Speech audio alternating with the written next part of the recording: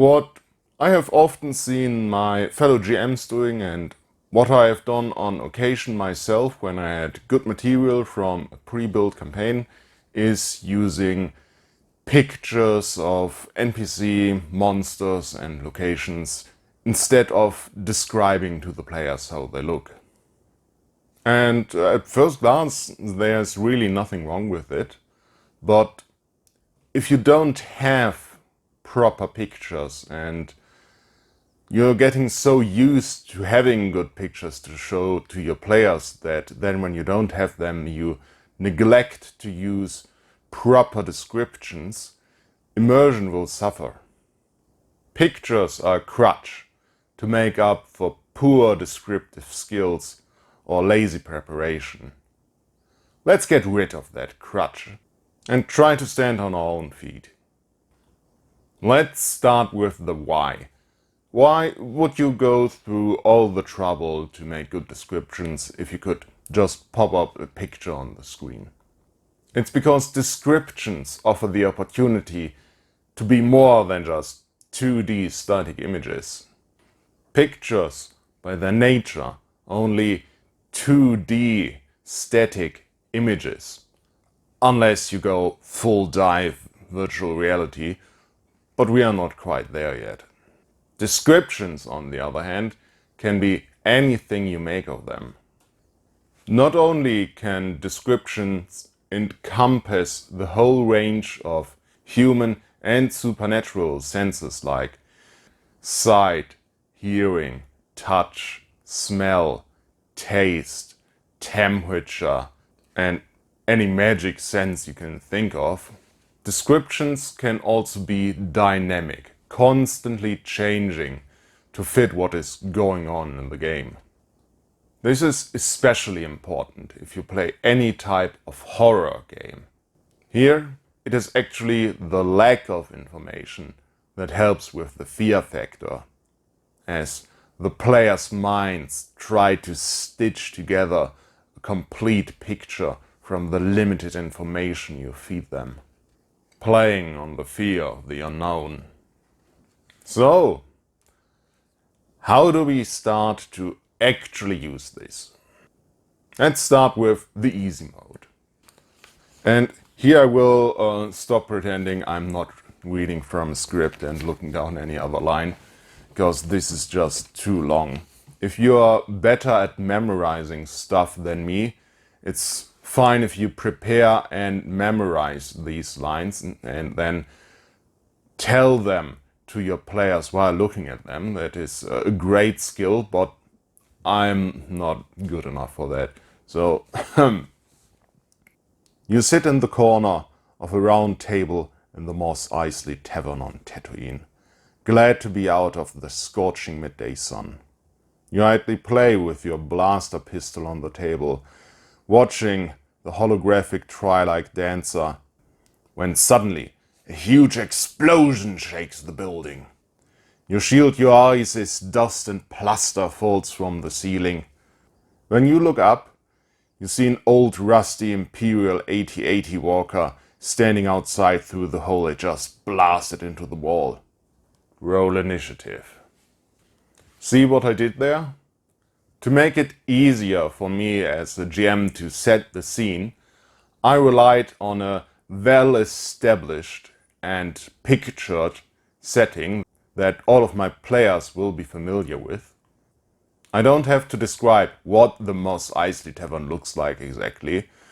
You will probably already hear the band playing in the background with me saying anything. Neither do I have to describe what an AT-80 walker looks like, what it can do. Like this, I only have to add a little bit of detail to make the scene more vivid, like the scorching midday sun, or playing idly with your blaster, or old rusty AT-80. If you are instead using an original setting, depending on how much it differs from what we are familiar with, you have to use a lot more descriptions so the players know what is going on. It is easy enough in a quasi-historic or quasi-modern setting, but the further you move away from the familiar into the strange, the more you have to describe. So if you're GMing in an exotic setting, I would suggest starting with smaller scenes to give the players the opportunity to become familiar with the setting little by little. And then you can move up to bigger, more complex scenes without having to describe a huge amount of unfamiliar things all at once. No matter what the setting, however, there's a few general things you're looking for when describing things. They are the same things you're looking for when you're writing descriptions for a book. Your descriptions should be brief, invocative, and memorable. So, the information should only be as long as it needs to be. The audience can only take in so much information at once, and they will filter out the information that is important to them. Your descriptions should invoke a picture in the mind's eye, or better yet, a feeling, an emotion you want to convey. Since we are not writing a scientific paper, complete, precise descriptions are not necessary. Instead, we want to convey what role the NPC, the object, the location you are describing is serving in the story at the point you are describing it. So it is okay to use imprecise and flowery language in your descriptions to invoke the pictures and the emotions you want to convey, as long as you still convey the relevant information. Here you should remember that you can use all of the senses. The most important part about a monster might be the sour smell or the scraping sound 1,000 legs make on a stone floor, the cold touch of an undead, or the warmth of a lover's hug.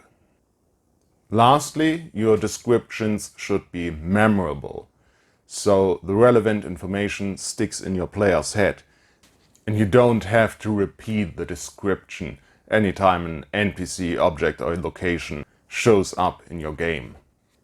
For this, you should focus on what makes a thing special, unique from any other thing.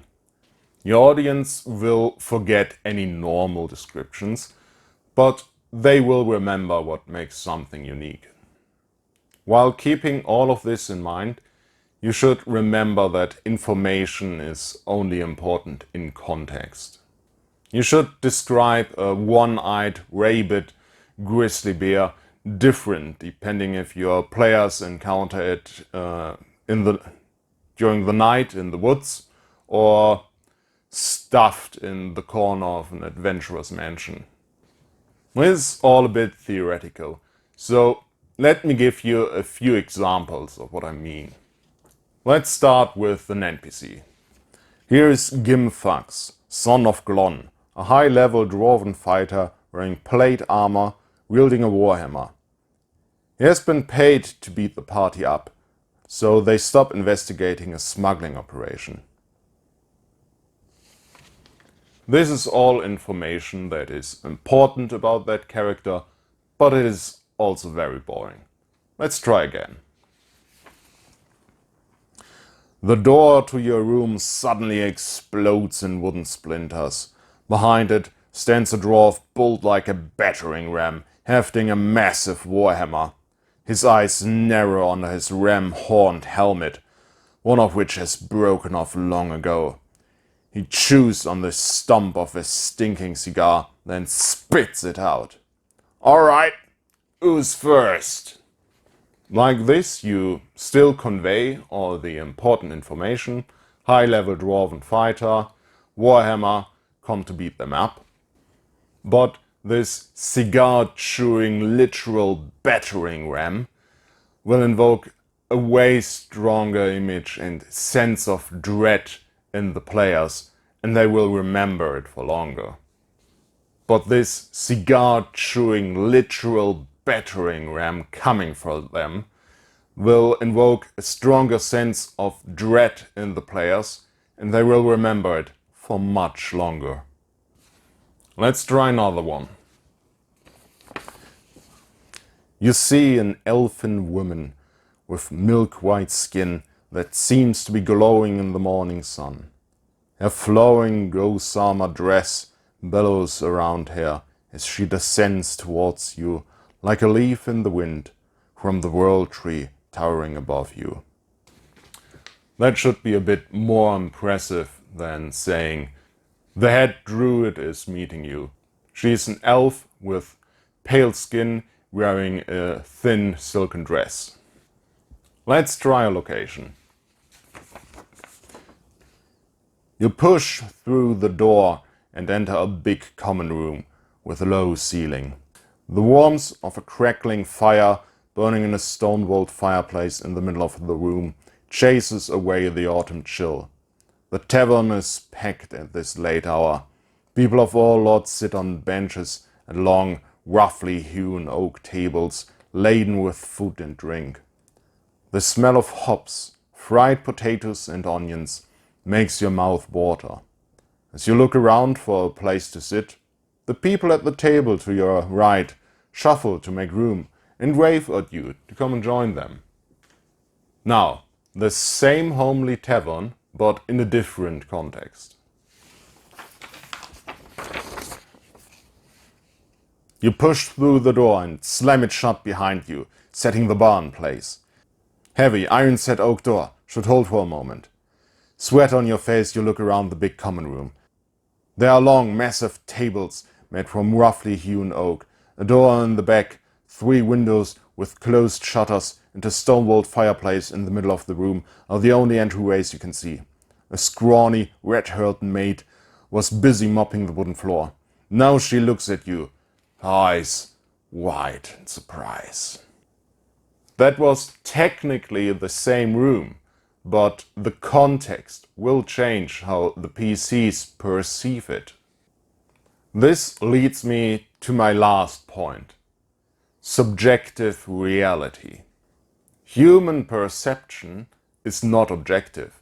Far from it. We perceive reality through a filter of what we think we know about it and its emotional importance. Basically, every person perceives their own reality, and even that personal reality changes all the time depending on the situation, depending on the mood you're in. Now, as a GM using theater of the mind, you can use this to great effect. By describing a scene through the filter of subjective reality, you can create a stronger emotional response than if you were just sticking to the plain facts.